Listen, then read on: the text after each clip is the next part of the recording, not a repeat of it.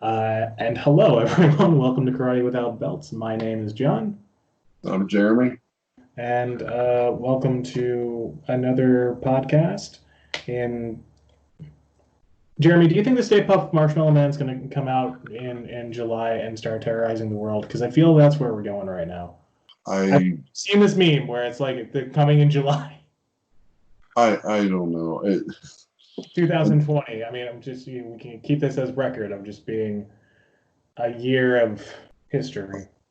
All I know is on a craptastic scale of 1 to 10, it's already hit about a 12. So it's been a pretty craptacular year. I mean, in some ways, I've actually had some pretty nice successes this year. So I'm like, okay, I'll take the good with the bad, but. Rough with the smooth. I mean, admittedly, if we do get the Stay Puft Marshmallow Man, we have a lot of marshmallow to deal with. But Oh yeah. No, I mean it's like I mean in the grand scheme of life, it's pretty like minor bad things. But I mean, one thing I had happen this week was at my lake house. Apparently, one of my boat lifts had the safety chain break and sink to the bottom of the lake. So I had to have I had to have somebody go fish that out, and that was like around $1,000 just to fish it out of the lake. And it's like, yeah, that was an expense I definitely was not planning on. So, but in the grand scheme of life, you got pandemics, you got social unrest, upset, disobedience, and all the other things, and then you got the killer hornets, and then you've got what Ebola breaking out too. So it's like, you know what? meanwhile, Me, we still have a global pandemic happening. Just kind of yeah. like it's an undercurrent. It's just an undercurrent. Like we're not really worried about it. There's just a million other things we're worried about now. It's an exciting time. So so yeah, But we're still doing Scotty. it's an unexpected expense. I really didn't like it, but you know what? In the grand scheme of life, that's the worst that happens to me. I think life's pretty good. So anyway, What have you been working on this week? trying to keep my head above water from work. This week was really, really busy. We're just trying to hit deadlines and stuff. One thing I did do is I went to the neighborhood pool this week with my kiddos and stuff. And while they're swimming around and I'm swimming around and stuff, so I started doing some resistance training in the pool, doing like the Hachikatas in the pool and stuff. So that's kind of interesting. I mean, you start messing with how motion's really working, what way to turn your hand just right. I mean, if you turn it this way or turn it 45 degrees, can you do this? Can you change the technique up? So I mean, it was just a little bit of analysis work on my part while I'm hang out with the kids. So it's kind of fun, kind of different. Yeah, that goes to an interesting discussion about gross movement versus fine movement and whether or not that's actually going to have any sort of bearing in a real situation. I think that there's arguments to be made for both, but especially when you work fine movement and you work it under stress, you can stress it in that kind of fine movement. Find it working under resistance is going to work. That's the first step to being able to do that, which a lot of people won't take. Right. So And so, I mean, basically doing isometrics, but not doing isometrics. So it's kind of interesting. So it was interesting. I think the I'll, Schrodinger's cat, if you were of isometrics. yeah, exactly. Schrodinger no kata. Yeah. Both dead and alive at the same time. Cool. Well, I've been trying to stand the heat, essentially keeping the mold from growing because just kind of the cement box I live in allows for that to happen a lot easier. And it'll happen in very weird ways and just happen overnight and be like, well, there's mold there that wasn't there before. So cleaning no jutsu. Yeah. So kind of the main theme, especially when it's not healthy to start doing push-ups and start breathing in mold. Yeah. Yeah. I can see that.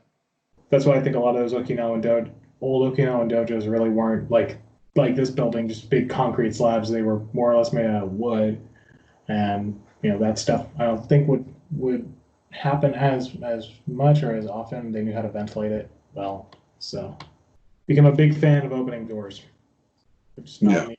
So today we're going to cover a topic that Jeremy had come up with.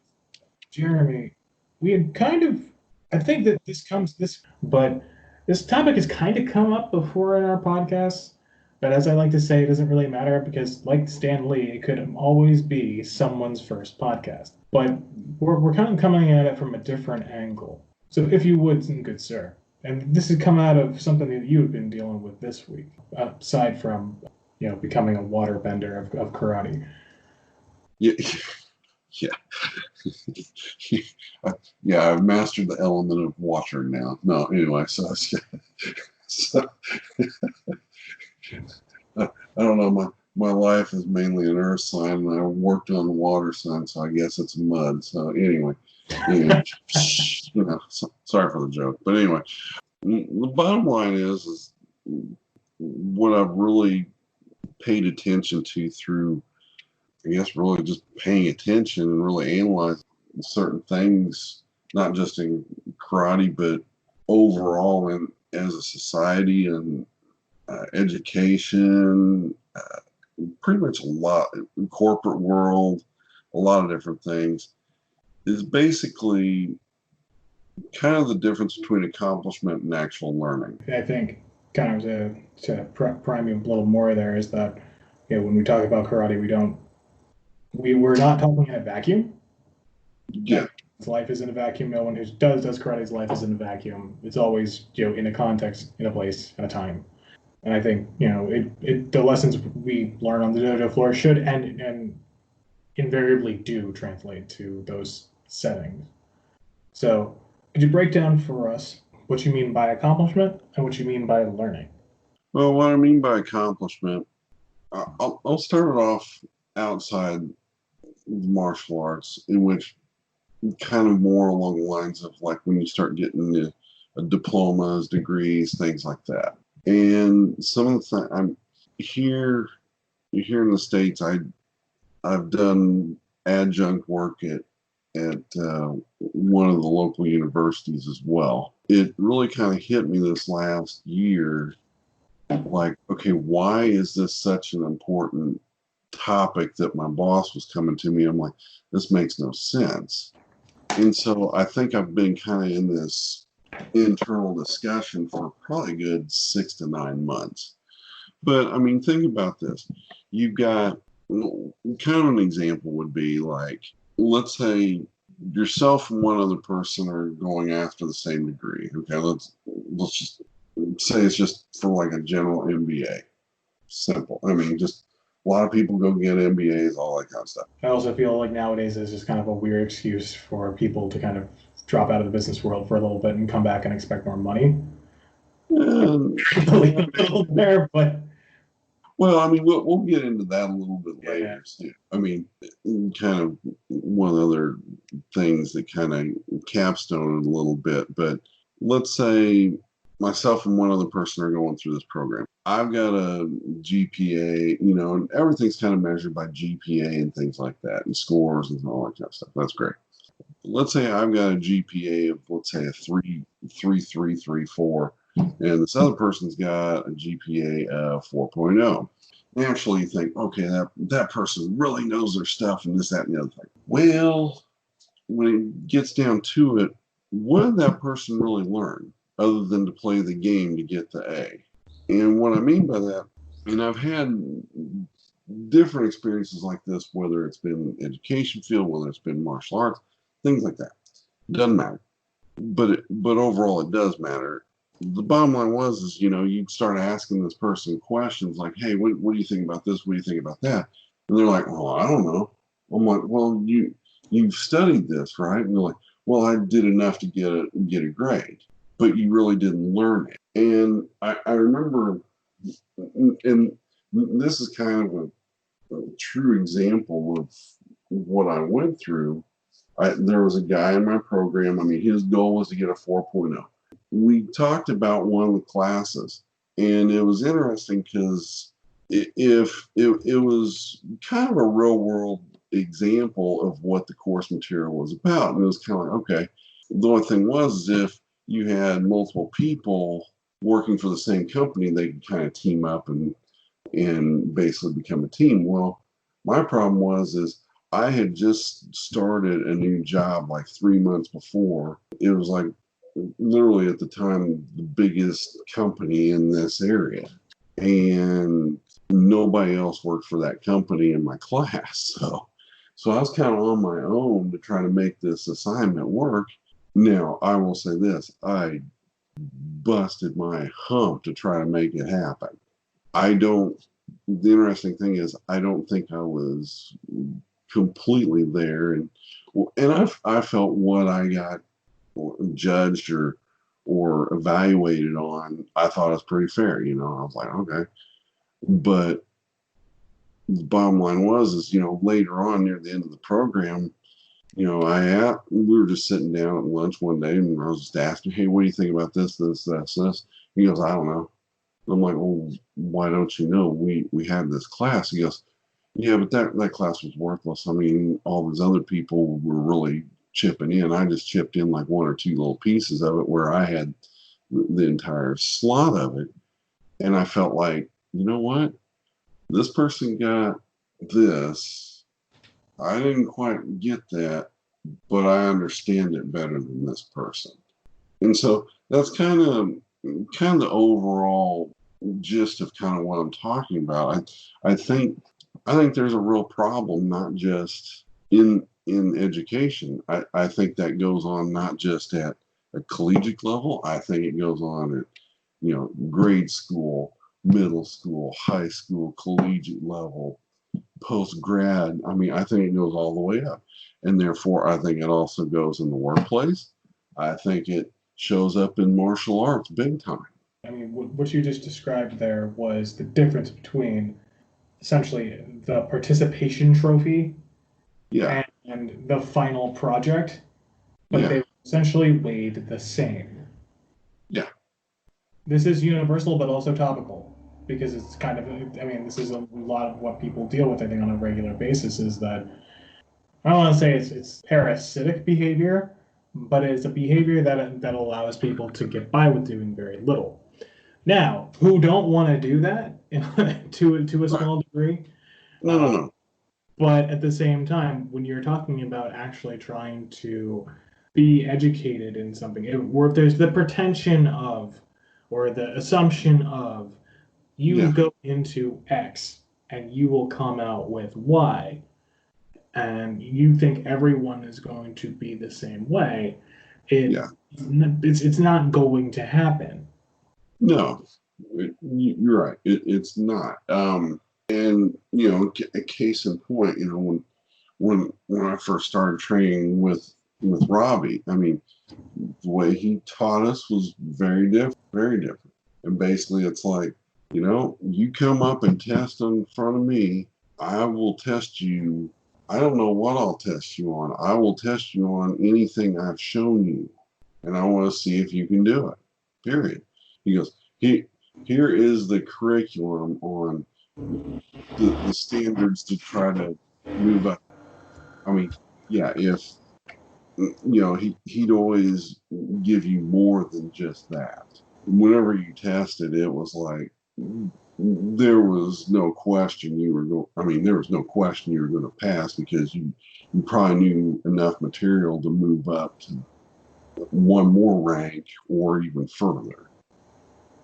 Well, and that Like that. goes into kind of a question of whether or not curriculum needs to be overly filled out or scaled down for not simplicity's sake, but for to hone certain skills, right? Well, or is it just or is it a guideline as opposed to an exact? Like they're just requests. We don't have to play these songs. One of the other things I've been rereading a business book lately, and that's maybe some of y'all heard of it, Robert Kiyosaki's Rich Dad Poor Dad. I have, And I have, I have a little. Continue. I have a little about all that. no, I got you. But I mean, he makes a really good point. Now, if you ask me what page it's on, I couldn't tell you what page it's on, but he makes a really good point. When you're looking at certain things, why do you want to look at the minimum as opposed to looking at what the maximum impact you could actually make? I mean, that's a good point. I guess that's kind of how I've always looked at a learning situation, or even a teaching situation. Like if I'm teaching a student, what's the maximum impact I can make on this student, as opposed to, okay, I'm just making sure they get past this, make sure they get past that, things like that. So, well, you look at the language they're using that attitude. Get past. Get past what? It's like, is education is not an obstacle, right? Like you're acting like that's acting like you're just trying to pass the hurdles. You know what I mean? Like well, I mean, it brings up a good point. I think some people see education or some type of learning instance as almost painful as opposed to enjoyable. I think that's also because they're being taught in that regard, where Sure. tests, where education needs, and this is the issue where it also, I mean, it goes down to another issue of, is the person who is teaching qualified to teach? This is not saying they are not knowledgeable, but are they qualified to teach? Can they, in fact, have they shown that they can, in fact, have leadership ability? Do they have communication ability? Can they explain things succinctly? Can they show it in a way that makes sense? And most importantly, can they get the students to produce or understand or show that they, or in some way demonstrate that they understand what's going on? Right. If you don't have an environment that allows for that, you are going to make people feel like they're in pain when they go to your class. Yes. And I'm speaking as somebody who, I mean, you teach as well. Teaching's kind of more my main gig. This is the thing I always try to do when I'm teaching, is I try to get them to show me that they understood what's going on. Even if that doesn't happen, then you can kind of re-navigate that person to at least understand where they went wrong. When you get, this is why I hate worksheets. You know what I mean? Like, that's why it's like, it was just like, I'll show the answer. Okay, they're gonna write down the answer. Do they understand the problem? Yeah. Yeah, so, exactly. I think that gets into that, where it's like minimum, maximum. You can get people to write things down on the sheet, right? Yeah. But I think the maximum is actually showing them how to, read the question on the sheet. Right. And I've noticed, a lot of times the attitude is, as long as I get the result, who cares? Well, maybe not, because maybe it's a developmental exercise that you're actually going through. And that's some of the things that I'm trying to get through, even my kids. I'm telling them, like, look, especially when they're working on math stuff. I mean, that's kind of my alley, and it's like, look, don't just write down the answer. Why is it this answer? I mean, if you want, you can go to a calculator, punch the numbers in a calculator, and write down what you just did. Oh God, yeah, like the show how you came up with this. Don't just here, it's right here, and it goes back to the one example. I mean, I think this is one of those things that hits me in the face as one of my prime examples in martial arts. It was a time when I was teaching at a school, at a location, and I had several students. I mean, I was instructed to go through several kata, and when I was going through it, I was on the very first one, which was Narachi Shodan. After we did it, I'm like, that doesn't feel right. Something's not right. Something's not right. Something's not right. And I go back and look at I always try to go back to these teachable moments, just not just for the people I've taught, but also for myself as well. I think that makes me a better instructor if I'm not willing to go look at that. But I look at that situation also from now is every one of those, I wouldn't say everyone, almost every one of those people that I was instructing in this way wanted the bare minimum so they can move on. And it's kind of that checklist mentality. Boom. Okay, I've done this. Okay, let's move on. Let's move on. What can you gain out of it? You know, that was something that I learned after the fact, but Right. that's okay. I mean, it is what it is. So It is what it is. But yeah, what it is I feel it's something where it's like minimal conditioning, right? yes, Where we are conditioned, we are either conditioned by society or we have some sort of drive inside of us, or we have some sort of natural feeling to only exert as much as you actually need. There's good and bad about that. There's certain times when you only need to do minimal, and that's okay. But when you're over conditioned to only do the minimum, right? hmm And then you get something from that, you're essentially getting a false accomplishment, a right, false sense of accomplishment. right. Right? It, and you go back to one of the things that Robbie always taught, but not just that, but I mean, you look at people like Michael Jordan. Apparently, people are worshiping at his altar now, and I don't know why. There's I don't some Netflix thing. I didn't see it, oh, but I haven't seen that either. But he was you good in Space Jam. hey, him and Bugs Bunny, they rock, man. I'll tell you what. But anyway, Sorry about that. But I got a window. uh, I got a window open. We didn't. Apparently, everyone was riding their motorbike today. uh, the bottom line is, I mean, I've heard him and other people say this as well. It's like even my basketball coach from high school, how you practice is how you're going to perform. If you put in minimal effort, that's what's going to happen when you need to use this. And I think you run into this situation. You've got people that do the minimum. They have some type of situation outside the dojo, and they get a minimum response, but yet they can't take care of what needs to be done. Well, I mean, it's kind I of mean, it funny. definitely You plug happens. into an Yes. episode that hasn't necessarily been published yet, but it's also like how is that being translated onto the dojo floor in its own, right? So Well, it's I we're think it's the attitude in the dojo. I think it's the culture of the dojo. this is why I think there needs to be some shift. I know that it's not no one school is the same, right? Right. Everyone's got a different view, and every teacher's different, and not everyone's the same.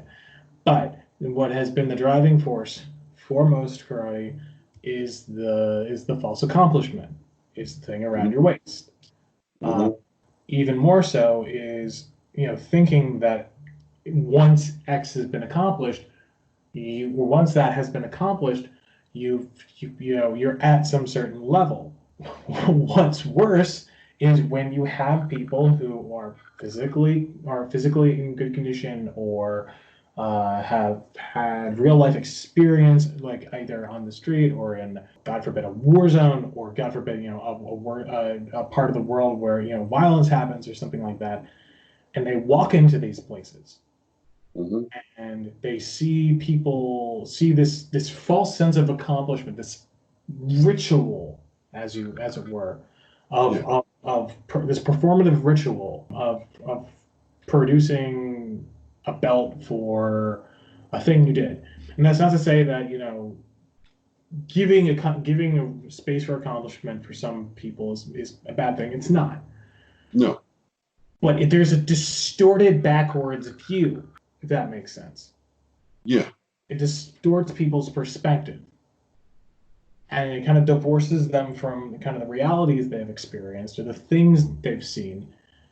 And it puts you in this weird mindset of seeing, well, and this goes into pretty much anything where you could talk about. You could talk about this in terms of business. You can talk about this in terms of martial arts. You can talk about this in terms of family dynamics. You can talk about this in terms of what goes on in school.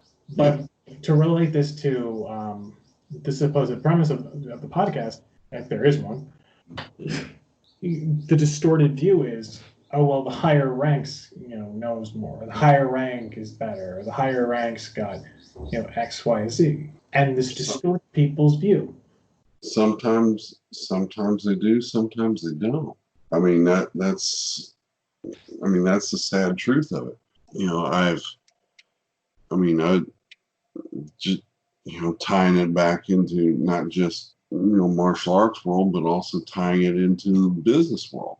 I'll never forget when I was a hiring manager. Guy comes in, we got a position open. Guy comes in, he's got the degree in exactly the right field, 4.0. I'm like, this will be great. I mean, this guy's got to be fantastic.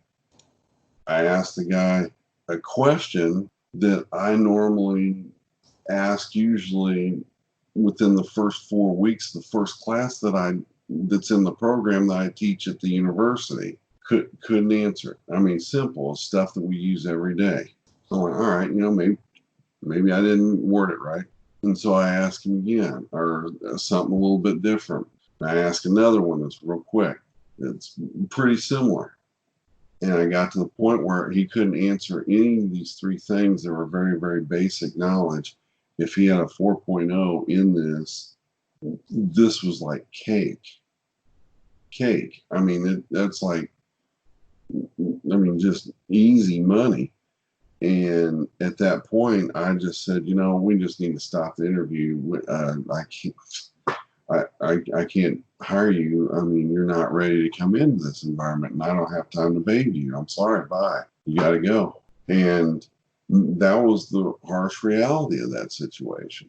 Now, he probably got picked up by some other big company. They probably trained him. He's probably fine today. But I was in a smaller organization. I didn't have time to train him on stuff like that. Well, and that's a sad thing. That's a sad little bit of collegiate education, supposed collegiate education nowadays, where I heard this when I was in school. They were like, doesn't matter what major you major in, as any company that hires you is going to train you anyway, so it doesn't matter. Well, all right. Then what are we doing? What are we doing throwing $30,000 away every year going to school to be unhealthy and for 16 weeks, and then go on a vacation and then come back and then be unhealthy for another 16 weeks and do all this stress stuff, and then go on a summer vacation and then come back and do it all over again for 3 more years. And then suddenly, we're supposed to be ready to face society. And people, this is what, wow, this podcast is an interesting turn. No, I get you. But I mean, this brings up one heck of a point. I think people, and I'm going to turn this to the instruction level a little bit. You've got people in the martial arts arena. You've got people in the academic world. You've got people in different, however you want to put it. Right. And I go back to a quote from Apollo 13. We're not asking what it's designed to do. What can it do? What can you do? I think people are so quick to put things into boxes that they're not able to look outside that box and see what can you actually do. And martial arts is the same way. You got people saying, well, this person can do this person can do that. Well, can they do more? Are they willing to do more? Are they willing to take on something new in order to really justify their training? Just like, go back to college arena for just a second. Like, one of my degrees is in mathematics. A lot of people come up, what can you do with a math degree? and they hate my answer. My answer is whatever I want. What can you do with any degree? Well, I mean, Yeah. and If you that's get the point. That's the point. I mean, yeah. something like people say, well, what can you do with a history degree? Well, you're not going to take a history degree and go work in a museum. There's what, a handful, maybe half a handful of people that get to do that. Okay. But a lot of things that you can do, with a history degree, I've seen some of the absolute best project managers have history degrees. Same way with philosophy degrees. I've seen some of the best engineers come out of having a philosophy degree. Seriously, no joke, because they. They also probably needed to have the skills of an engineer. Speaking of somebody with philosophy Well, degree, could be like, well, I mean, the "Yes, bottom. probably need to be an engineer more than being an English teacher." But uh, yeah, no, But that's definitely it. Where it's like, it goes back further to strip that stuff away. What's the base skeleton? right, but I mean, let's look at martial arts. Let's look at it from that perspective. I mean, you've got the debate of kata, no kata, this, that, the other thing. Oh well, that person's a side person and he does this, or this person's an Aku guy, or this person's a Tanbo guy, or whatever. Well, get them out of that box. What can you do with it? How does it interrelate? How does it make your technique better? How does it make the knowledge that you know better? Things like that. I think we're so quick to put things in a box as opposed to actually seeing what you can do with it. If Well, that makes sense. no, that's perfect sense. I feel like this is kind of the issue where it's like you explain it seven different ways, and everyone will be like, I'll get it. But just how it goes. This is where I think people who understand that perspective, especially in the martial arts, because I've seen this happen, where people explain this, and their students go, "Yes, I understand, Sensei," and they'll kind of parrot the points that they make, and then those people will go off and start schools and parrot those points, and then their students will parrot those points. But the point that was being made was not acted upon, was Right. not really understood, or understood in a way that would be any way practical or meaningful. Like an example is like kata analysis and breaking down the kata. You need to understand the kata. What do you mean? Well, I understand the what kind of stance I'm supposed to be in? Okay, no, the sequence. Like no, you need to understand how to practically use this. Well, what do you mean practically use this? We need to understand the bunkai.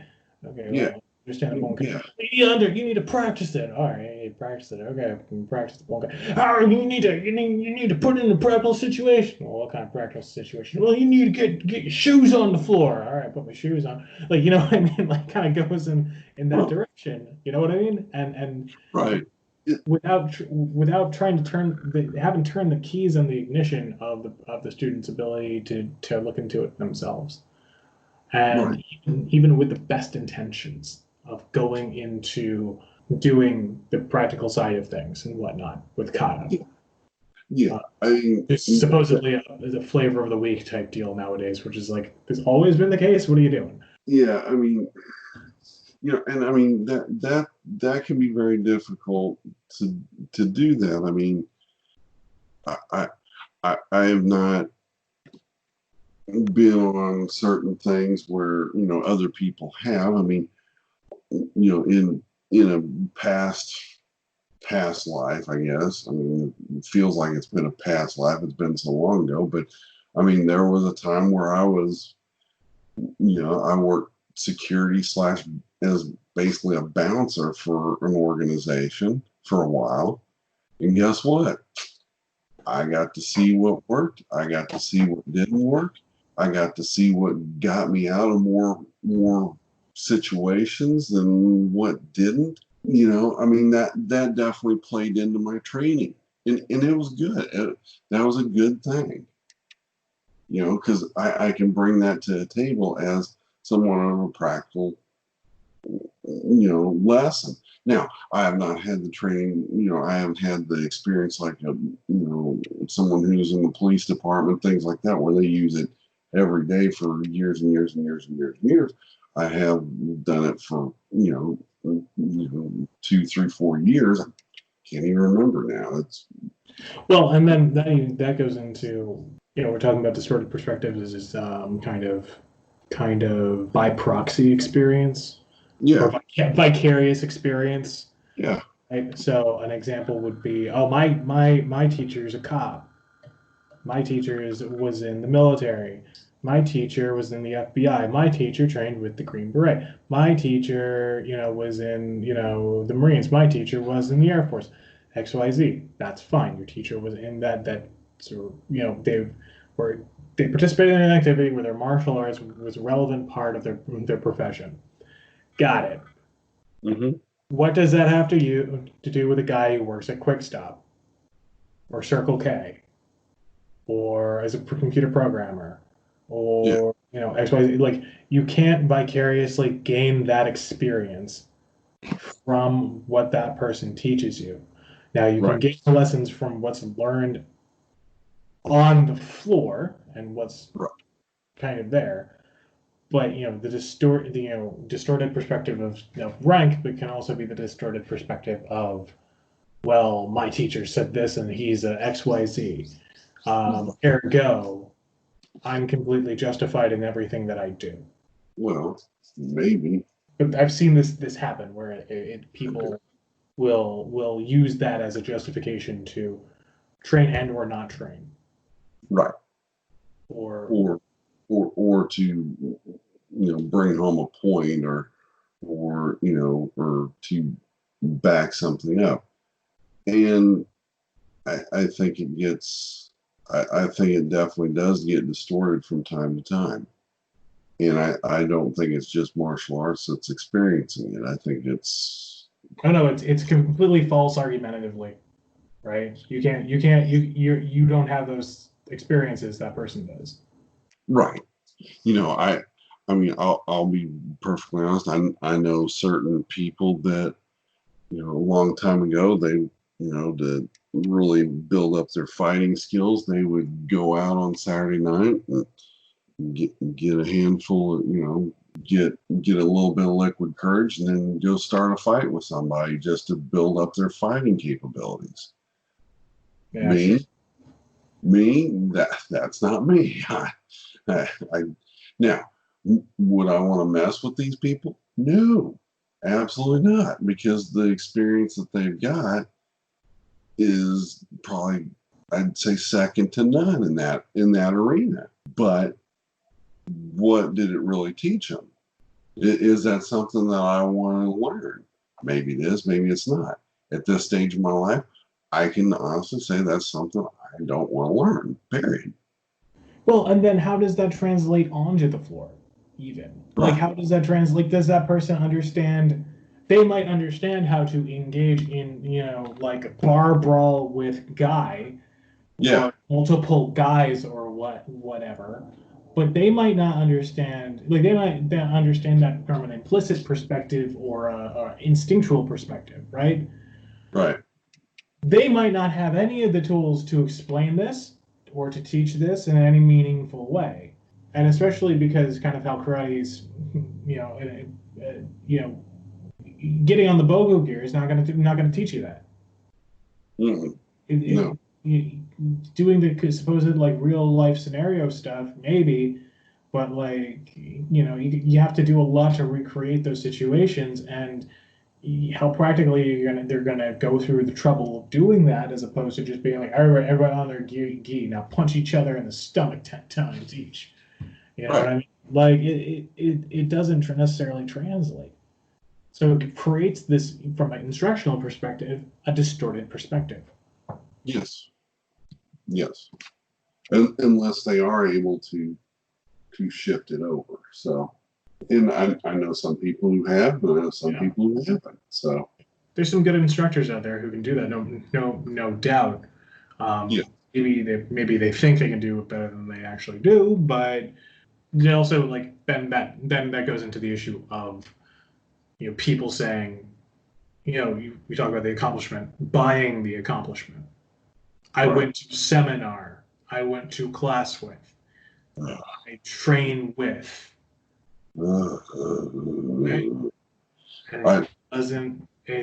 I went to Harvard, okay? And we could go back to that example. How much of that is just fancy boys going to that school because daddy went there. You know yeah, what I mean? But like, just as another example of like, just because they've gotten this accomplishment doesn't mean real learning was done. Back to your point. right. And I mean, I guess part of it is opening up a conversation overall, because this is part of the society that we teach in. Therefore, in order for us to, really build world class people that train in karate, it's something that definitely needs to be addressed. But And yeah, but the other thing is, it's not just on the instructor side, it's also got to be a part of the student side as well. They've got to want to be able to learn more than just the bare minimum. and I think to do that, I think as instructors, and I don't necessarily want to say this always as being like I'm a sensei. No, Some people have like emailed me and be like sensei. I'm like, dude, I don't teach you. yeah, At yeah, the point of this recording, I technically have no karate students. Like unless I'm teaching you English, or unless you want to call me professor, which you're gonna probably expect college credit for if you do start calling me that. Like, you know yeah, what I mean? Like, let's all chill out, party on, yeah, be excellent to each other. I think it's incumbent on the teachers to kind of show what that can be. yeah, And it is, I agree with you that it is the students need to want to get more than the minimum, but there needs to be, the teacher needs to engage with knowing what the student's expectations are, but at the same time be able to just be like, all right, these are your expectations. I've always heard this where it's like kind of the bait and switch of like, show them it's like kickboxing or some form of exercise, but then they come in and they kind of see it's much more. yeah, yeah. I think each person's different, and Yeah. each person's going to get drawn to something different every time, every time. So yeah, it's not one thing for every person. I mean, I know I've run into students where, they'll be going along and finally all of a sudden it's like a light switch kicks in and boom, they take off. Kind of like one of the things we were talking about, when we had the podcast with Chuck, and we talked about when was that moment for you? When was that moment for me? Things like that. I think somehow something of greater value than what the student actually thought they could get out of it has to be present. And I think it's never going to be cookie cutter, but is also you're also going to get if you work as a person who teaches, if you work to figure out how to present it in different ways, Mhm. you'll have kind of a backlog of cookie cutters, if that makes sense. You'll have a backlog of ways to present it, of Right, ways to communicate it. right, So you can in a large way communicate it to everyone, but how you do that, you have to be able to devise it in a way where not just understanding your demographics and who you're teaching, but also those people aren't necessarily going to be like you. yeah, So you've got to know how to take what your passion and desire and your goals and whatnot and be able to present that in a way that makes people want to go in that direction. yeah. I mean, you've got to present it to where it's like, and this is one of the things that Robbie drilled into me. We got into a little bit on how you practice is how you're going to perform, but Right. also it's like how much you put in is what you're going to get out based on the same line. And I think that's very true. And I think that's become a bit of a, I don't want to say that's become a cliche, but as an old teacher and friend of mine used to say, yeah, there's all sorts of cliches, but there's cliche for a reason. Yeah. Right? There's a universal bit of truth in them that makes that very true. Yep. Cool. Is there anything else we want to kind of close on this topic, Jeremy? I think that's a good stopping point. So cool. So what are you working on this week, other than getting doing the Red October thing with your boat? yeah. So I wasn't real happy about that. But anyway, no, a lot of it's still going to be going to the the neighborhood pool when not a lot of people are there, and just kind of work on some resistance training. I kind of dig that, actually. That's kind of cool. Just certain little things that kind of popped up, and I definitely want to start working more on just I think that's going to help work on the basic katas again, because there's a couple of them I just haven't done forever, and it's just like, I need to get back on that. So I've paid attention to a handful and kind of neglected a handful. So it's cool. Speaking of resistance training, I know you're not much into social media, but have you seen this? And anybody in the audience, please comment on this. I feel like I need to do more calls to action during the podcast, Jeremy, so we can get more audience interaction. That's what Google tells me. Oh, but there's this weird like harness resistance thing where it's like you strap in a harness like around your waist or back, and it's got like 4 resistance bands that go to each arm and each leg, and you do like shadow boxing with it. And I've seen people do like kind of single ligament resistance training with karate and stuff. But like I've seen like not just like one, but several different companies try to kind of sell this online and try to kind of like organically sell it via social media. And I'm kind of skeptical on this because it's just like it looks like it. I think in isolation, if you've got a band or something that's like connected to a wall, you can do decent isolation training. I've not seen that one, but I mean, talking about the one on the wall, I mean, that used to be a kind of like a home gym thing that you used to do like in the 80s. You used to have like resistance type stuff to where you could actually punch and kick and things like that. I mean, it wasn't rubber band. It was like springs and stuff. I don't know. Maybe we were just too dumb back then to figure out to use, rubber bands or something. Long rubber bands. Instead we were using car springs. It's like using what there's the generational differences there. I mean, you guys were like, just take the springs out of that old car over there, put it on the wall, and therefore you got like, you're talking to the same group of people who are like, let's go punch some wood and just wrap the top in string. That'll work. Don't fill up a bag that it's it's just wood. Let's just punch some wood, kick a tree. Yeah, exactly. So it's good to see things have evolved. Well, I'd hope so, man. I'm still stuck in the 80s, I think. But anyway, the 70s. But anyway, that's beside the point. I think a lot of us would like to be to a degree, but I think also a lot of us are perfectly fine, even with all the issues, are perfectly fine with being here today. And to quote one great musician, "There's no better time than now, and no better place than here." Cool. Anyway, I think that's as best as we're going to close off on.